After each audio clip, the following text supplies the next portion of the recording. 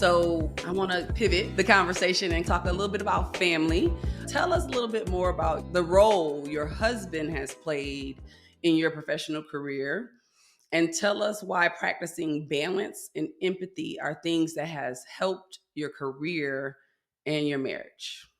My husband is my best friend in the whole wide world. That's my dog. I won't go too deep into the stories, but we met having a good old time in South Florida. And the day we met, it wasn't even like, this is the one we're going to get married. It was our spirits just knew this was somebody different. And we both respected, appreciated, and honored that energy. And it's been that way since day one. Like, we have been friends from the beginning. We root for each other. We support each other. It's always been that spirit of collaboration. And even when we were dating, which wasn't long, we only dated for a year before he proposed. And then we were married a month later because we eloped. I mean, when you know, right? Right, And exactly. when you know, like, let's just run this. Let's take this thing to the house. This is us. This is what we're gonna do. But we started collaborating on business ventures together from jump. And I wouldn't suggest that with everybody. Okay, everybody ain't the one. And a lot of times for us enterprising women, we want to have that in our relationships. You need to make sure that that partner is aligned with you in many ways and that they're trustworthy. My husband was all those things. Like, I knew empirically that I could trust him and that we were focused on the same outcomes. So it wasn't tough. I'm glad that we did that because we learned a lot about how to do business with each other. My husband thinks completely different than I do. So he sees things that I don't see. I'm the one that'll go get it, and I got the big idea. He is an engineer by trade and a creative also. So he sees things in a different lens, and I appreciate that. I always bounce things off of him. Even now in IC Technologies, he plays a role as well. And if there's ever a big proposal or something I put together, I never put it out there before I talk to him because there's so many gems that he'll drop that I'm like, ugh, I didn't even think about that. But first and foremost is our relationship with one another. We're always making sure that is where it needs to be, period, regardless of anything else. You even help coach other couples and even singles and helping them have a dope relationship. I'm always admiring how the two of you are really careful how you love on each other and be present with each other, which is very wonderful because it's one of these life journeys that not everybody has. You got married later in life. Some people get married young. I just want you to talk a bit about that, navigating through the relationship, as your work, I'm sure, helps you be able to understand, because you're talking about self-care, you're coaching leaders. I'm sure that has helped you in building this relationship as an adult with your husband. And then your husband is, a shout out to Eric, has this very calm presence and very warm and welcoming presence about him. What does it take to navigate that type of relationship later in life, having a baby later in life? Yeah, absolutely. Those things matter. Eric and I didn't meet until we were 34, about to be 35. Like, I turned 35 a couple weeks after we met. So we did meet after we had a bunch of other experiences. We both dated other people. We both had situationships and all kinds of things. Those things we learned from, we grew from. Before we met each other, we knew ourselves intimately, very, very well. We were whole and complete people at the point that we came into contact with one another. And I do think that makes a huge difference. Eric had been to therapy. I hadn't met a lot of brothers who would say that out loud, but he was proud of it. He saw some things in himself that he wanted to understand more about. We both prioritize ourselves, meaning I prioritize Lakila and Eric prioritizes Eric. And that way we're able to show up to each other and give all this love and this energy and this support from a whole and complete place. And we're teaching our son that. We're teaching our son that his name is Zaire. For everybody that's listening, mommy loves Zaire and daddy loves Zaire, but Zaire loves Zaire. And that's the most important thing. I think it's for especially women, we get told that it's the order of priorities for us is everything else, everyone else, and then somewhere at the bottom there's us. And I don't think that serves us well in our lives because we learn to deprioritize our needs and then we're giving from a place of depletion. I think Eric and I both, when we met, we both squarely understood it. And I do think it has to do with the time in life that we met. If we had met younger, who knows? I don't know. I think we would have been popping still, but we both had made mistakes in previous relationships. We both had been hurt before in previous relationships. So we knew I don't want to do that to this person and I don't want to experience that. And we had open conversations about it. So it does make a difference. That empathy that you talked about, even in the moments that we don't agree or when we have a tiff, not even a fight. I can be honest and say, going into our 7th year of marriage, we've never had a fight. We have had disagreements, we have had tiffs, but the way that we interact with each other is empathetically. Even when I'm in disagreement or upset about something, I know that's my friend on the other side, and his intention is never to harm me, and he knows that about me as well. We check ourselves before we pop off. I don't treat him poorly. He doesn't treat me poorly. Doesn't matter what mood we're in or how much sleep you haven't had. And that got tested when we had that little boy. But we model that for him as well. Like he sees us being patient with each other, patient with ourselves, and we're patient with him. And I think that it makes all the difference. And it's not necessarily what we saw in relationships coming up. My parents divorced when I was 13. Eric's parents are still together and they have a wonderful marriage, but the examples weren't necessarily there. We had to create the relationship that we wanted to see, and it's made all the difference.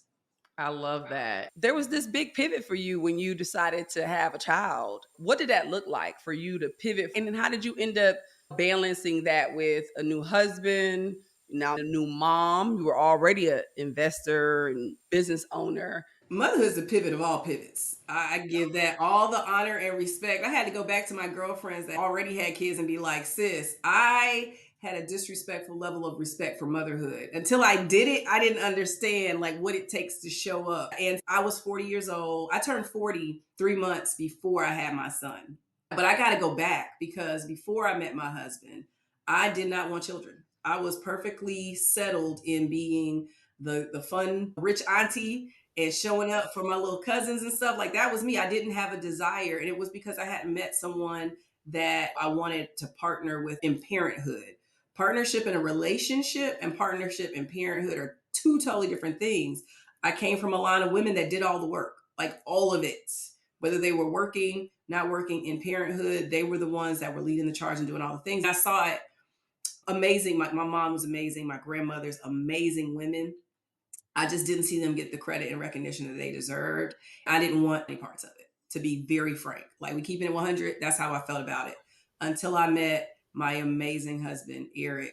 And I could see in him, he was an amazing partner to me and how he cared for me, but also how he cared for other souls, friends, family. Eric is just a different kind of guy. He's very emotionally intelligent. When we talked about children, he knew that he wanted at least one child. He told me that very upfront. I was honest with him and I was like, I'm not there, but I will consider it. Like I will take the time and do the introspection into myself. What I realized was all the reasons I didn't want to didn't apply in this situation with him. I remember getting to the point myself for myself that it was something that I wanted and an experience that I wanted to share with him. I don't think you have to be a mom. You don't have to have children. I think that gets put on people. And sometimes that's not what you want. You want something different, and that's okay too. For me, the pivot was a different set of information was introduced that allowed me to make a different decision that best served me and my relationship and our marriage. The wild part is, and all my friends laugh at me, I love being a mama. I love it. I'm amazing at it.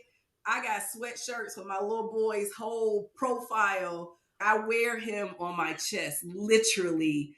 I love having shirts made with his face on it. When he gets to like 17, he's gonna be like, enough, woman. He's probably going to be like 13 and ask you. It's gonna be younger, isn't it? But no, I love being a mom. It's a whole different experience for me and unique in that while I was pregnant, my mother passed. She did not get to physically meet my son here in this plane, but I know they crossed paths.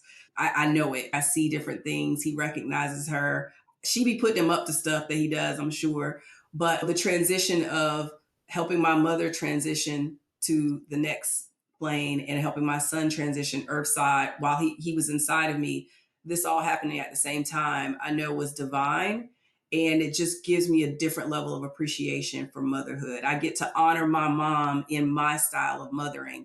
The things that I'm sure she wanted to do that she didn't necessarily have the agency or feel that she had the agency to do, I get to do for my son and just bring that light that my mom brought. My mom was a fun mom. We had a good time. I do things now that I'm like, oh, my mama would love this. She would think that's so Right. funny. And I get to embody that. So motherhood is dope. It's awesome. I love it. I love what this story speaks to is that intelligence that you had at a very young age and the openness that you had with yourself and self-awareness to make these pivots over and over again in your life. But they were intentional. Most of them were intentional pivots. And some people think you have to be in a bad situation to pivot.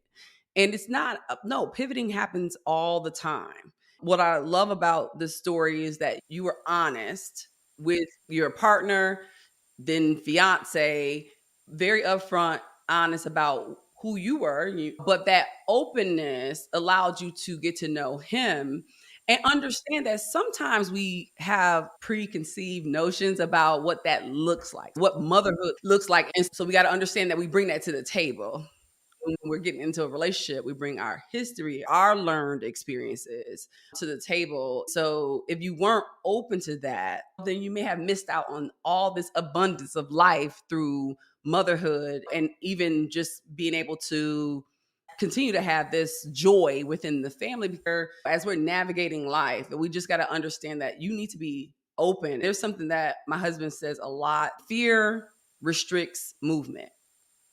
Okay. Sometimes we don't know we're fearful of something, right? When you're such a confident person and you know so much about you. But I feel that there was also some fear of being a mother that came with your learned experiences.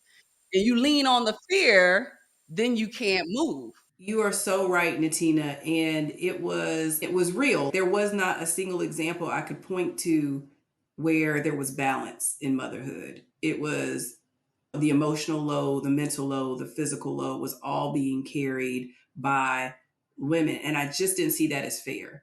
I didn't want that for myself. Now, having said that, I always, to your other point about being open and receptive, I lead in my life knowing that everything works out in my favor and better than I expect. So I did have that caveat. I was like, I don't want children under these circumstances. From what I'm experiencing, these are the circumstances. But if I am open to, if I ever meet someone who I would consider it, if ever. So that is another reason why Eric and I are so public with our affection. We're so public with how we feel about each other. We did some relationship coaching and we still do, because we understand that if you haven't seen it, a lot of us haven't been equipped with the tools to have healthy relationships. But if we were, and if we are, then we can have more successful, healthy relationships. So I am very public about that. It's very important to both of us to model it. One of our friends calls us the Black Love Ambassadors. The relationships don't have to be hard. They take effort and investment, and that should be an enjoyable process. I love it. Thank you Mm. for sharing that. I have one more question before we go into our pivot and push. I want to be respectful. We have to talk about Granny. Oh, our Yeah. Granny. We've seen you share your love and admiration for your grandmother. Why Mm. do you think it is so important to Black women to receive influence from our ancestors, elders within our families, and even historical figures, as you brought up in the beginning? Absolutely. Look, Black women, we do not get the credit we deserve for all the things. We are literally the mothers of society, of survival. We are here because of our women, and largely, specifically, Black women. I mean, we've mothered everybody. We've held it down for everybody, our own families, other family. Like, that's what we do. I saw that in both of my grandmothers. I was fortunate to have grown up with both of them. My mom's mom, my grandma, and my dad's mom, my grand, who you have met. My grandma, she passed in 2017. So I lived my whole life with this woman as a part of my life.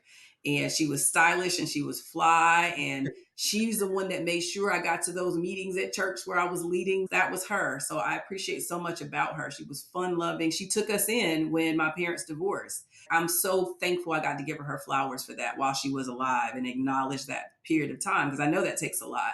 And then there's my grand, born in 1925. She will be 98 this week on the 22nd. Oh my goodness. Happy birthday, great, I great. know, I can't wait. She's actually headed down here to spend time with us with my dad. Still try like gets on the road from North Carolina, comes to Georgia, loves being here. Her and my son have a relationship. He knows who she is, he knows her name. And she's also been a very instrumental part of my life. These were wise women. They did not have the resources that I have and I have access to. And they did so much and accomplished so much in terms of the family unit and pouring into us. I actually, my tagline on my LinkedIn page comes from my grand. I overheard her on the phone one day. She didn't know I was even in the other room. She loved talking on the phone. She was talking on the phone one day to somebody. She said, Lakila has a determined mind. And that was the highest honor compliment. I don't care what awards I get in the world for the rest of my life. That right there. I mean, she got it. She understood me. She'd been watching me and how I got things done. I was an adult by this time. So my LinkedIn tagline says, owner of a determined mind. It has gotten me Mm, everywhere in doors I never even knew existed or would have known existed. Shot things that I've done, opportunities that I've taken advantage of have come from that, but that comes from her. It comes from somewhere. I thank them and I honor them both. And I'm so grateful that my grand is, I mean, still clothed and in her right mind. She's here. It's beautiful to have that. And we don't always get that access to wisdom. Like I can right. pick up the phone and get that wisdom and that love and that safe space. One of the things that I want people to take away from you sharing that about your two grandmoms, you were able to be affirmed in who you are, Mm-hmm. right, by your grandmother, which now means everything to you. No matter what awards, and believe me, them awards are coming, right? There's a lot more to your future. But without that relationship that you were willing to have with the older women in your family, your grandparents, you don't leave a room for that. You don't make space for it. With things being so much different with younger folks, society has really played a part in the change of dynamics of how we interact with our elders. I didn't have that privilege of having my grandmothers around. My maternal grandmother passed away when I was really young. I only have very little memories. I didn't get to even have these conversations, but I was raised in a way where I understood the power and the wisdom from older women. So on my pivotal journey of becoming a woman and just even becoming today is all these women, even if it was a short period of time in my life for a season, but because I was willing to listen to them and understood and respected the fact that their lived experiences could teach me something. My mom is here, love her, gained so much from Nadia. She's telling me stories now. I get to learn all the stories about my grandmother and my auntie, which was 20 years older than her only sister. I love that stuff. But what she did instill with me with that respect, that's how I navigated through some of my toughest life experience was listening to them gems, from my friends' moms, my sisters from high school, their parents. I remember struggling with leaving my town and wanting better, wanting to go to Atlanta and do something bigger and really change the course of my life. But I was struggling because I had a little brother and sister that I basically helped my mom raise. It was a tough decision. I just one day was talking to my best friend's mom, and she was attending AA meetings and had did the 12-step journey. She gave me her 12-step book. And I didn't know what was going on. I'm trying to make moves for myself. I'm probably like 18. She said, Natina, I know you don't have an addiction, but this book will help you learn how to give yourself permission, Oh, hello. right? To let go and do the things that you were called to do. It was big. It was Yeah, like, that's huge. it's really important because now, today, at the age I was, today, people wouldn't listen. She doesn't know everything about me, but she sees me. She's been knowing me from the few years that I've been best friends from middle school to high school with her daughter. I actually took the book, I read the book. That book changed my life. Wow. It really did teach me how, because I was just a giver. Give, give, give, give, give. And you can give it all away and have nothing left for yourself. Yeah, she saw that and she gave you that. That was the intervention that created the Mhm. pivot. Look how much more you can give, but from a healthy space, right? Like from a space that it's actually more instrumental, the impact of your giving. I agree with you. I hate the fact that we have been disconnected from our ancestral wisdom and our ancestral Mhm. teachings.